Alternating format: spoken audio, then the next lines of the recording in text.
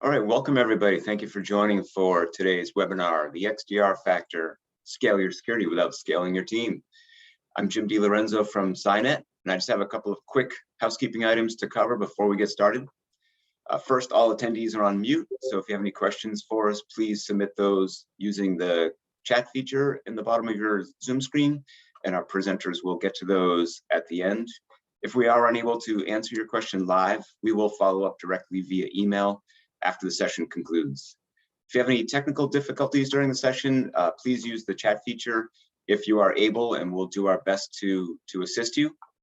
Additionally, this session is being recorded, and we'll share the recording with all attendees within the next couple of days. So with that, I'd like to hand it over to our first presenter, Robert Davies, who is the CEO at Stealth-ISS. Rob, over to you. Thank you. Thanks, Jim. Good morning, everyone. Hope you're well. So we're going to talk about Cynet in particular, and also how Cynet partners with Stealth Group to deliver the full spectrum of governance, risk, compliance, people, process, and technology. But first, I wanted to set the scene a little bit. So cast your mind back 3 years, just prior to COVID, the world was quite a regular place, the old normal. And then COVID hit, and all of a sudden, folks started working from home, or they were laid off or furloughed. We as a company noticed a huge spike in malicious activity. So coincidence or not, the malicious activity definitely peaked. So, and there's a trend of increasing malicious activity as evidenced over the years anyway. So for a while there, insurance companies were suffering because of the amount of breaches and the amount they were having to pay out. Insurance companies hate losing money, right? So all of a sudden, they devised some questionnaires, and they all of a sudden they got very curious about companies' security posture before they would even insure them, which kind of wasn't really the case previously. If you add, governments got concerned too, so you'll see, or you would have noticed over the last 3 years, an increasing trend towards more and more governance. So all of a sudden, we include CMMC in that, and the DoD supply chain. So all of a sudden, the new normal for us as a cybersecurity company is, having to work with companies on increased governance, risk, compliance, and trying to get cybersecurity insurance, or at least reduce their premiums through having better defenses. Now, we're going to talk a little bit about NIST. It's the kind of de facto standard when it comes to governance standards, and how we and Cynet together cover off all of the pillars of NIST. If you were to take the leap of faith that insurance companies looked at NIST when they decided on the questions that they were going to ask folks, and all of a sudden, we all of us need to understand what governance, risk, compliance, people, process, technology looks like in the context of protecting companies, so you can get insurance and reduce your risk. So that's the kind of setup. They're the kind of threads that we're trying, or the dots that we're trying to join together. So with that, I will hand it over to Greg, I think, and for the Cynet piece. Yeah, absolutely. The common challenges that we're seeing, and Robert, you're bang on, and greetings to everybody. My name is Greg Bennett. I'm a sales engineer here at Cynet, and Robert's bang on, right? We've definitely seen an uptick ever since everyone started working from home. The new normal, the perforation of the network wall, everybody trying to establish connections from home and from outside the castle walls. Now, 2.5 years later, it's become commonplace. Organizations that before were saying, no, I'll never send my employees outside of the castle walls. They will never work from home. They were forced to give it a shot. They had to try it. They had to figure out a way to make that happen. So they were scrambling for solutions to have connections from home environments, coffee shops, things of that nature. And they found that their employees will actually be just as, if not more productive. So we've actually seen a continuation of that, even though a lot of those restrictions have lifted.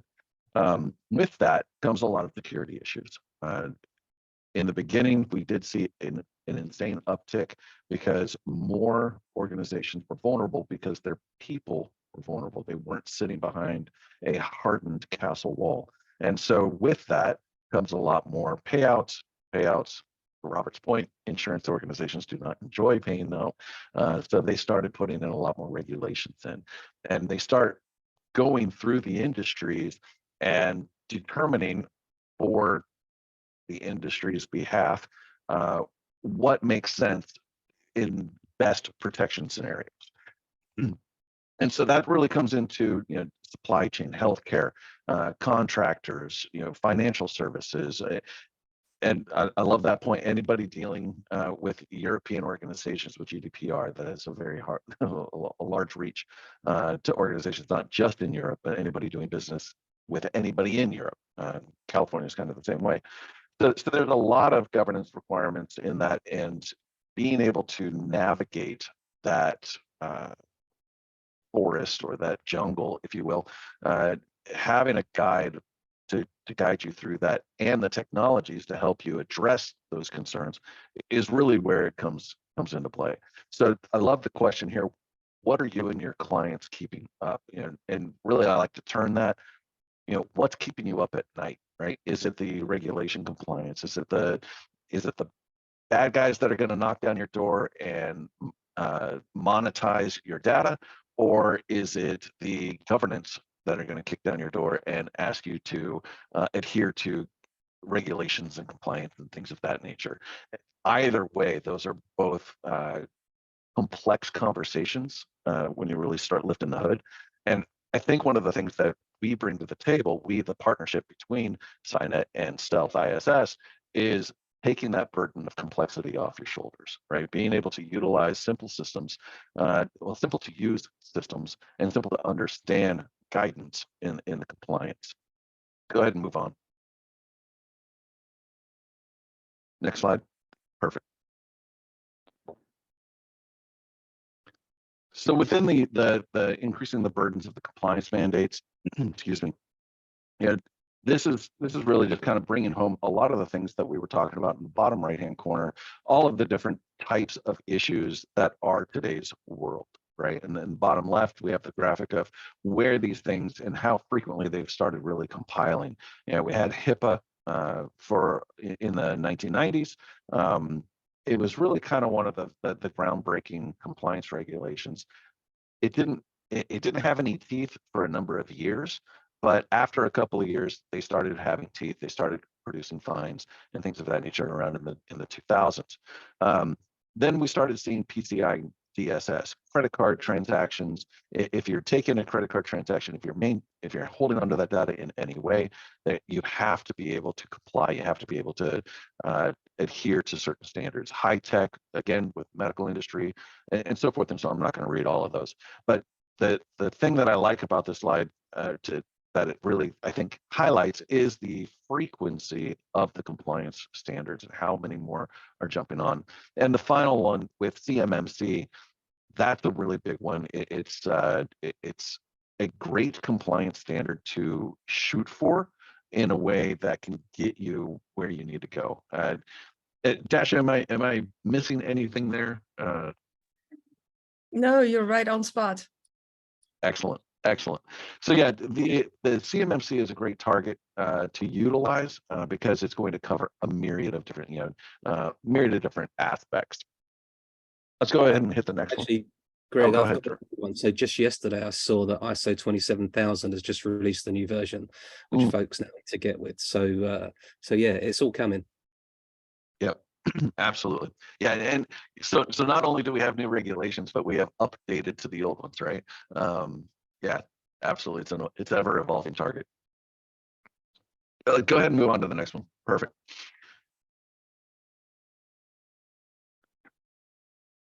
So Robert, I'm going to rely on you to talk a little bit about some of these, but the requirements of the insurance, there's going to be some areas that Cynet will definitely address and help address. But then there are other things in here that you're going to need someone to help navigate through those conversations.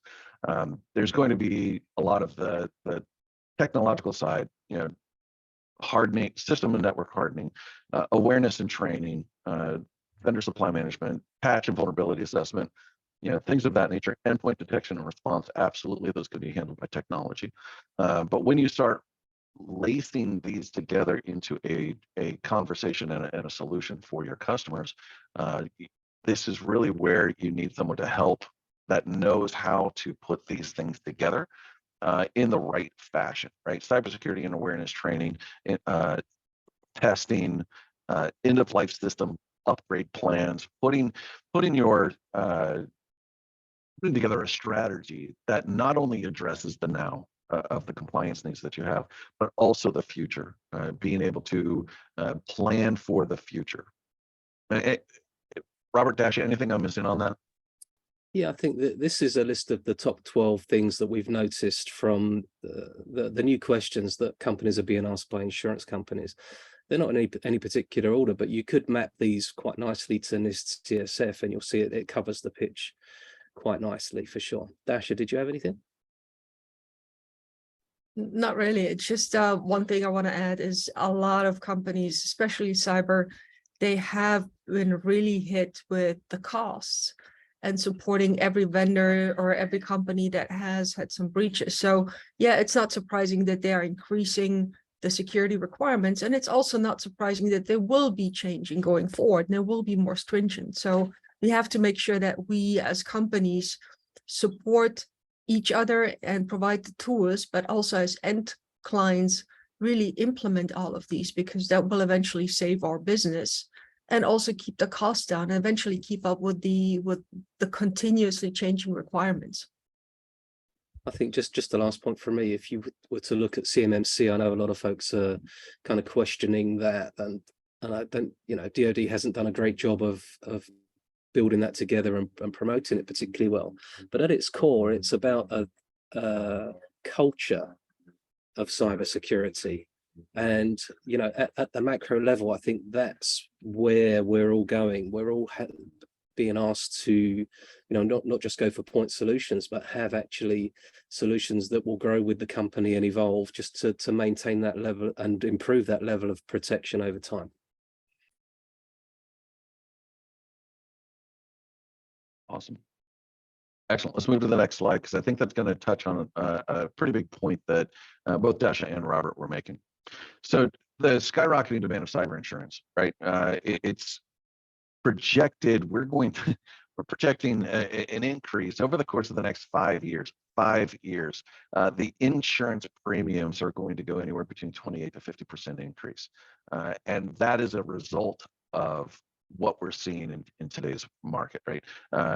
The fact that they are having to pay out, your car insurance doesn't increase unless you get into accidents. Well, your neighbors are getting into accidents, and it's causing the insurance premiums to increase. And that's exactly what's going on here. Not just the premiums, but also the requirements, the hoops that need to be jumped through, and the regulations that need to be adhered to and followed.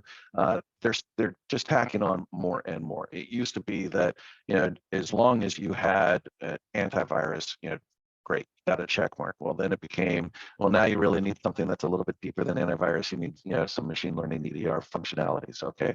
Well, then it became MFA. Then it became, they just keep going on and on and on, log management, so forth and so on. So as the complexity continues to increase within the industry, or the need for the industry, the cyber bad guys out there that are causing us to push the envelope, that's only going to continue to increase the cyber insurance requirements, and thus the premiums as well. I'm not going to belabor this point. The big thing about this slide is it's not going anywhere. It's only going to get more complex. It's only going to get more expensive, and with that, the more adherence you have, the cheaper you're going to be able to drive your premiums down, because insurance agencies, they give you breaks if you have all the check marks. So having somebody that's going to be able to help navigate that conversation, hit those compliance regulations, being able to check those marks, if you will, really comes into play. And I want to move on. Let's hit the next slide. So this is really where we're going to get into addressing this, right? So this is a NIST model. It's a maturity model. You can Google maturity models all over the place. You're going to get them all over. But this one I like because it really does define a lot of the different levels, right? From 1 to 5. And everybody's going to find their organization somewhere in here. It might be 1, it might be 3.5, it might be 2, 2.75, whatever. But everyone is going to find themselves somewhere on this continuum. And there's really 3 things that make up the partnership of addressing the maturity model, right? Going bottom up, you've got technology, you've got processes, and then you've got people. And that can be thought of as the technology, obviously, the guys in pink, right? Cynet's going to tackle that for you. Processes, being able to navigate that. Stealth is a great partner in that because they understand the regulations, they understand the insurance models, they understand what the conversations that need to be had. And then the people, of course, it's you. The individuals that are going to be typing on the keys, that are going to be responding to your customers and addressing the needs. So where you can find yourself initial on 1.0, despite security issues, no controls exist, right? So there's just no way to really see. Maybe there's an AV. I challenge you to find an organization that doesn't have at least Defender rolling in their environment. But that's it, right? You need to have something that gives you the visibility to navigate that complexity in a simple manner. And that's really where you start going up the line. Developing, you're going to have some controls, maybe some visibility, maybe some remote RMM or something of that nature. And then we kind of go up through the stack to controls are more comprehensive. They're implemented. They've got automated response. And that's really where Cynet comes into play. Being able to put your cybersecurity on autopilot. More on that in a minute. I'm not going to belabor that point here. Stealth really is about the processes, taking the governance, taking the risks, navigating those conversations, helping you navigate and go through that path so that you're not alone. You have a trusted source that can help guide you and have those conversations. And then having the people in place, being able to identify things that are happening, the skill sets and things of that nature where you can address and respond and plan, right? You have the whole OODA loop where you have from orientation to observation to implementation. So being able to make that plan for a continued governance to make sure that you're protected, not just on a technology level, but also on a process level as well. Anything I'm missing there, Robert? Yeah, I think just to further that point, I mean, CMMC as an example, right? So we are a candidate C3PAO. We've just been through our audit with DIBCAC, and it was brutal. So we do a lot of pre-assessments and work with companies that are looking to get their CMMC assessment. We now, having been through, we call it the colonoscopy from DIBCAC, we are in a far better position to understand what the requirements truly are, because everyone can get a list of things. Okay, well, we're kind of 50% there on this, and maybe something. Until you've actually been through it, like we have on all of these governance models, it's difficult to have a 100% point of view. So, yeah, sorry, that was my point. Oh, that's great.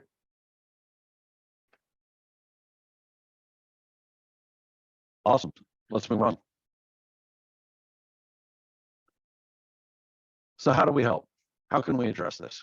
I'm going to answer from the Cynet point of view. I'm going to allow Robert to address from the stealth side. As far as the Cynet is set, excuse me, go ahead and build up hit twice more. So really our technology is going to be able to consolidate telemetry. We're going to be able to provide you the visibility within the console that you can see and address. We've got superior coverage. We have all of the bells and whistles that you would expect from a security vendor: machine learning, heuristic approach, behavior analysis, being able to address concerns through the agent that is on the host, through EDR, XDR solutions. And being able to pivot, we have the ability to create SOAR playbooks, so you can pivot to other technologies like your firewall, switch stack, things like that. You can run scripts, things of that nature. And of course, through all of that, having that consolidation, it does reduce your operational costs, right? Because you've got one logo, one check to write, if you will, we can, I like to think of it as licensing harvesting, right? Or logo harvesting. We can consolidate that play into a single console for you to manage, and that helps with the training. You don't have to have multiple solutions that your techs need to be trained on, things of that nature. It's one throat to choke, if you will. Go ahead and hit the next slide. So this is going to walk through a little bit of the technology itself. So, oh, my apologies. I was expecting that to build out just a little bit more, but that's okay. Let me do this real quick.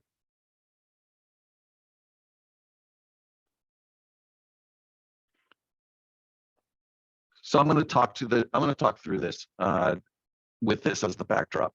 So the ways that we're able to do this, we have a number of different technologies that are under the hood. Now we've got the next gen AV, we've got the full EDR, but we're also monitoring the NIC, the network interface card. So we use the hosts as a network interface. You don't have to drop a second piece of hardware on your system and somewhere behind your firewall to collect logs and things of that nature. The beauty of that is it doesn't matter where the user is. Because the agent is sitting on the host, they can be working from home, they can be working from the coffee house down the lane. It doesn't matter. Because we're on the host, we're grabbing that telemetry, and if somebody is doing any kind of port scanning information or reconnaissance, we're going to see it. We're going to be able to respond in kind.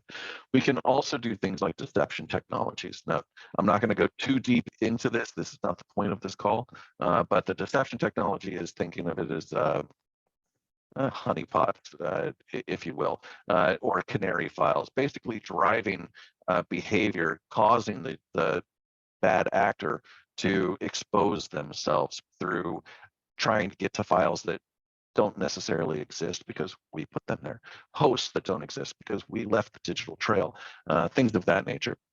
We also have full security orchestration automated response, SOAR. So we're able to kick off and create playbooks or create kickoff playbooks that will go through a decision tree analysis of the system. It can interact, you can call into actions, you can call APIs for your firewall, things of that nature, as well as full investigation. One of the first things our agent is going to do when it's deployed on the host is going to look through, it's going to categorize the system itself. What do we see on it? What files are involved? What users have logged in? What is the login cadence? Things of that nature, right? The traffic, the DNS cache, the ARP tables, the destinations, things like that. We're also going to be able to do threat hunting through our tool, right? So our tool, our console can be tooled or can be used as a threat hunting tool. If you've got an indicator of compromise that you're hunting for, plug it in, boom, we'll be able to tell you whether or not it exists and where did it come from, how did it get there, things of that nature. So that's the 35,000 foot level. Usually it takes me about an hour to go through a demo. I'm going to run through that very quickly in a 2-minute call, but I would love to be able to go deeper in and show the console that, like I said, we've got so much more to talk about.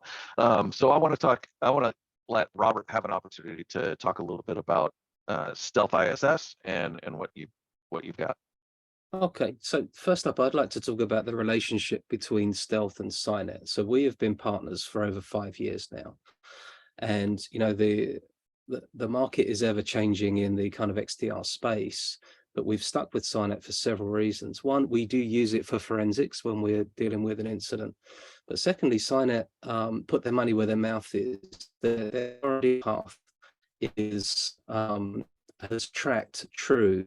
Over the 5 years, if we tell them what the market's looking for, they say, okay, we'll add that to our technology roadmap, and then all of a sudden they give us a date, and there it is. It's available. So that's fabulous. Where their competition isn't perhaps so focused on R&D right now. So that's why we've been partners for such a long time, because we do join together really neatly. If you looked at cybersecurity as a governance, risk, compliance, people, process, and technology, and not just a technology problem to solve for, then you'll see we cover all of those swim lanes. And it's it's been to the benefit of many companies that we've worked with to date. So that was just a bit of a shout out to Cynet. Plus, the platform was written from the ground up. It's not a load of different capabilities bolted together and interfaced somehow with multiple panes of glass. It's all on one pane of glass too. So we use it within our stock. So yeah, I can't say enough about the Cynet 360 solution, bearing in mind we are constantly scanning the market for the latest and greatest tools. So I just wanted to put that there. As for us, we've been going, we celebrated our 20th birthday as a company in October last year. We've won some awards. I won't go through those here, but we only do cyber. We're not an MSP that has suddenly realized that cyber is a really kind of interesting place to be and there might be money in it. We've been doing cyber for 20 years. So we started as a governance, risk, and compliance company. We built an MSSP. So Cynet is the main tool that we use as part of our MSSP. But we deal with everything from the initial assessments through remediation. We have a SOC for operations. We are particularly good. We have a superpower when it comes to incident response and forensics. Just briefly, one that we can talk about, because it was public, the hack on the Winter Olympics in Pyeongchang. Dasher was there with our team. There was a nation state attack. We took incident command. We dealt with it. As far as the world was concerned, the games being televised was not affected. We literally rode to the rescue on that one, and then worked with the authorities, full chain of custody to deal with that.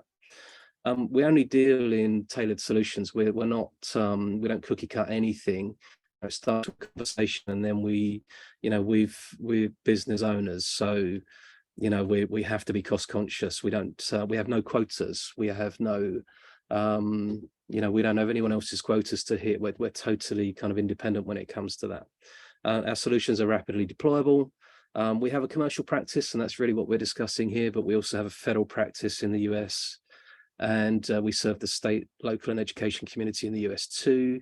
We're international, so we have offices in Europe and the Middle East. And there are some of our kind of federal set-asides, but we're kind of big into CMMC right now. So that was just the word about us. I think Cynet being an international company too, that's another reason why we are able to collaborate and partner on so many different levels. It's just been a fabulous partnership, and long may that continue.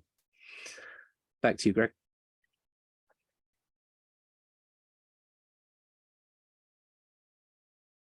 Excellent. I appreciate that. I appreciate all the kind words. Let's go ahead and move forward. That's pretty much the gist, right? We're cutting this down to about 30 minutes, which isn't bad, given enough time for questions. I do see that we do have a question here. So the question on the table is, integration with day-to-day solutions like VPNs will be great if it's incorporated in the solution. Do we have something like that? So I'm going to take that from a Cynet perspective. We do have the ability to ingest third-party syslog information from sources like firewalls, VPN, switch stacks, wireless, things of that nature. Things that can produce a syslog, we can ingest and provide visibility into it, into our centralized log manager. And that log manager can be created. You can create dashboards so that you can see information like VPN call-in attempts. If you've got somebody who's banging on a VPN tunnel, they've got 1,500 failed logins in 20 minutes. We would be able to show you that in the dashboard, if you will. So hopefully that answers the question. If not, definitely get a hold of us. I'd be more than happy to have a more in-depth conversation on that. So the answer is we do have a tool for that. It's not in the Cynet 360 XDR. Cynet 360 XDR is a host-based solution with the agents on the host where we're able to get the telemetry and the detection and protection. But we do have centralized log manager, the volume-based license, where we can ingest those third-party log information.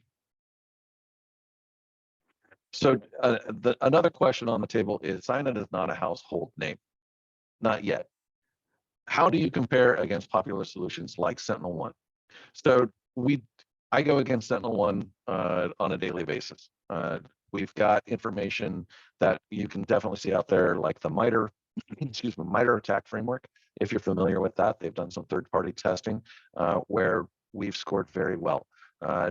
2 years ago was the first time that we participated, or we put our code in review, and we finished in the top 10. Actually, it was number 7, which is very good for a first-time respondent and a privately held organization like ourselves. Last year, we finished top 3. So not only did we increase our performance and our notoriety, but we are the first privately held organization to finish top 10 2 years in a row. Top 5 is definitely a feather in our cap. What does that mean in response to the question? What that tells us is we've got our head on straight. We're doing things right. The way that we are tooling our detections, the way that we are the way that we are identifying threats and tactics and techniques out there, our developers are on the right path, right? We'll take the accolades from MITRE attack framework. We appreciate them, but really what it was validation of our process, of how we're doing it, what we're doing, where we're going. It was definitely a great thing. I will take a side by side to somebody like SentinelOne. We've definitely got all the check marks in the right place. I personally think we do things a little bit better, but I'm also wearing a pink shirt. So would love to have that conversation on a one-off basis, though. Hey, Rob, Greg, Rob, everybody. Yep. Just chiming in here with another question that jumped in. I have a very small team, barely have time to think about compliance. What is some low-hanging fruit I should be thinking about to improve my overall compliance? I can take that one. I think the biggest key here is really to fully understand what kind of compliance are you in, what do you need to adhere to. Many companies are not really aware. They might take it from a high level perspective. Yeah, I've got an online store, I'm processing credit cards, all good. But they forget about the other pieces, staff, employees, that's PII, healthcare, all of that falls into PII. The other thing is also, just because you have clients or just because your business is located, let's say in Florida, your clients might be located in different states. You ship stuff or provide services there. Every state has a different data privacy requirement. So I think the very first thing is really understand what do you have to adhere to first. Once you have that, it's really about mapping out what you have to protect. And in most cases, it is your personal data, your client data, your staff data, maybe financial data. And once you have that, the next step is really then, where is it all located? Do you know where it is located? Do you really know, or do you think you know? Because a lot of companies, even in the small business space, you may have a database, but everybody likes to save their stuff on their local computer. They email it to their personal email, maybe because they want to work on the weekend. They might have it on their laptop or the phone, personal phone, because they plugged it in and automatically syncs to that box. So one of the things is really to find out where is the data that you need to protect. And that's something where we, for example, can come in, is to really identify that and give you an overview. Here in this particular email, from this and this date, from this and this, is an attachment that has social security numbers, or you name it. So those are the really first questions is that you have to ask yourself. And then I think from a remediation or process perspective, it's always identify your really great processes and data flow. Yes, you can throw technology at a lot of things. Yes, you will need technology to protect the data, like encryption, monitoring, all of that we're talking about here. But it's really all about people, process. It's people need to understand what data needs to be protected. You need to have a process, and that alone will get you in a proper long-term compliance. And then technology supports all of that in the big picture. Hope that helped. Great. Anything else to add, Rob or Greg? No, I think on it, Yeah. I was just going to jump in. I think on a technology level, it's really, it comes back to what Dasha was saying, right? Assessing where you're at, taking a look. You know, I'm a big fan of whiteboards, right? Grab a pen and a whiteboard and start identifying what you have to protect and the systems that you currently have in place to protect those. And there you can start identifying your gaps. And that's where, you know, consulting services and things of that nature really come into play. But you can, you know, identify where those gaps are, utilize the tools that you currently have, maximize the tools that you currently have, with an idea of some of those may need to be changed, right? But knowing where you're starting from is crucial. Otherwise, you're just throwing darts in the dark, and maybe you'll hit the mark, maybe you won't. You got to know what you're aiming at.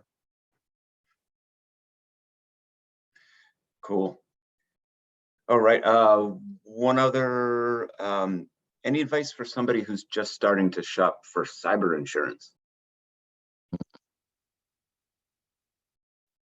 I was hoping you were going to say cybersecurity. I was going to say, stop here, we're done. Well, cyber insurance,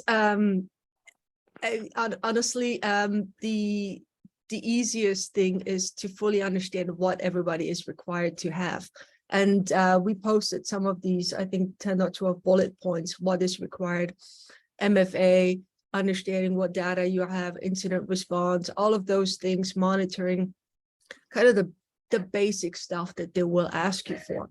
Now, you will have to answer correctly. You will have to be 100% honest.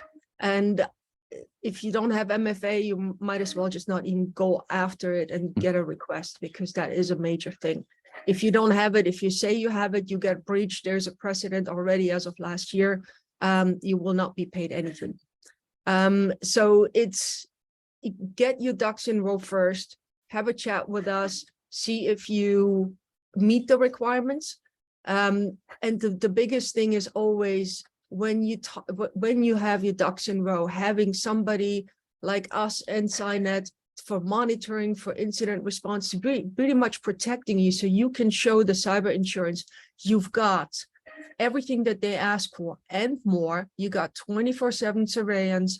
You've got a team behind you that gives you also the overview of when you need to change the password, forces you, gives you guidance. So you can really show the cyber insurance you're a minimal risk. And that way, you're most likely to get insurance, and you're most likely not going to pay a hell of a lot more than what most companies are paying that just go with the bare minimum. Yeah, huge point there, Dasha. Just to reinforce that, please don't be economical with the truth with insurance companies, because having worked with insurance companies previously, you know, they have shareholders just like everyone else, and they will actively find ways not to pay you out. So just please bear that in mind. And one more thing is also, when you get cyber insurance, we work with several cyber insurances companies. Reach out to us for a free evaluation, but you know, make sure that you have a clause in there that they cover you, or they pay for you if you get breached. I've seen several insurance, cyber insurance contracts where you as a small business are required to pay it upfront and get reimbursed.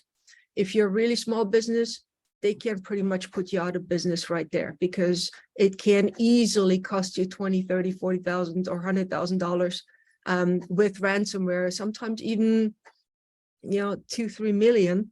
And if you don't have it, you're out of luck. And if your cyber insurance does not cover the bill for you, you're out of luck. So please make sure you read the fine print and make sure you get the cyber insurance that is in favor of you as a business. Good advice. Greg, I'll direct this one to you. Should be a quick one from Daniel. How long would it take to set this up for an environment with 500 endpoints in scope? So yeah, that our MSI, or depends on the OS, but we have installer packages across the board. If you're using an RMM, if you're using any kind of a distribution tool like Intune or something like that, it's very quick and easy because you can just plug it in and go. We actually have an installer exe that can be downloaded. It identifies the network. You just hit go, and the console will deploy the agent to those IP addresses internally. So it's very quick and easy. I've seen a 500 seat environment get deployed within maybe an hour. It's very quick and easy. A lot of it depends on installation. To add to that, there's a kind of behavior component to this. How long before the solution as Cynet has learned everything and is fully effective? How long before we've learned everything? So when our agent gets installed onto a device, excuse me, one of the first things it's going to do is it's going to catalog the system itself. It's going to scan through and it's going to look. So that process, if you look at our installation materials and our marketing and things like that, they say allow for 24 hours. I've never seen it take that long. On a typical modern system, I mean, we're assuming that the laptop's not running 14 VMs, right? But on a typical normal system, I've seen that categorization process take anywhere between 90 minutes to 2 hours, right? It's very, very quick and easy. It's also a silent install. So because it is an MSI, and I'm going to talk in Windows Ease here in a minute, but because it's an MSI, you can throw a -Q on it. Your users will never even know that it's been installed. We also do not require a reboot. So again, seamless. It's very quick and easy. Very quick and easy.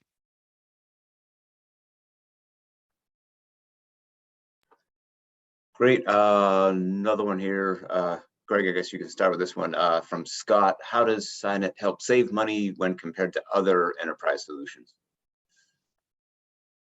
Yeah, the quick answer is consolidation. All right. It has to do with kind of what we were talking before about logo harvesting, right? Being able to consolidate multiple logos with a single platform.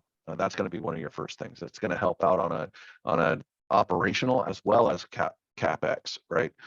Because capital, you've only got one check to write to a single organization. Operational, you don't have to train your staff on 6 different solutions and keep them certified. Their time is expensive. So having something that's quick to learn, easy to navigate, and consolidate multiple other solutions, it just takes more burden off your shoulders. Anyone else want to, Naomi, I don't know if you want to touch on that or not. I'm just the geek on the team.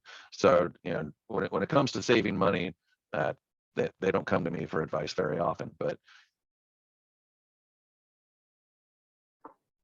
No, I think you hit the nail on the head. Okay. Consolidation. Awesome. So even an old dog like me can learn. Yeah, we have real world experience of deploying Cynet and enabling clients to switch off other tools that they've deployed and never configured properly, quite honestly. So it's I'm not saying it's going to cover the entire cost of deploying a Cynet solution, but you are able to switch off antivirus as an example and stop paying that particular license. So it's definitely a thing. Yeah, that's it from me. A couple of questions from Kadlos. How does the solution detect and respond to network devices, servers, routers, and other edge devices? Excuse me. So that's going to be that centralized log manager that I briefly referenced earlier, right? So being able to ingest those third-party syslogs being sent into an internal log stash that then gets collected, sent up to the dashboard for review, visibility, and pulling on the thread, if you will. You have full filtering capabilities off of those logs so that you can really get in and you can get your hands dirty with the ones and zeros of the entire environment, including your network edge. All right, and then and a follow-up question from Godlos: is there an appliance which collects events that is sent to a SOC? Good question. Yes and no. Is there an appliance that needs to be dropped on the wire? No. Do we see the wire and send the events to a SOC? Absolutely. And we do that through the agent that's on the host. So we utilize the host as a network sensor, if you will. We'll take the information that's provided and collected through the agent and give telemetry to either SOC analysts and things of that nature. Now we've got a SOC that has Cynet badged security geeks that sit and stare at a screen, and we're able to respond in kind if and when needed. So we can be that safety net. And there's plenty of other organizations that utilize our services that they can be that SOC as well. So if you have a SOC, we can feed you that information into your own console so that you can see it. Hopefully that answers the question.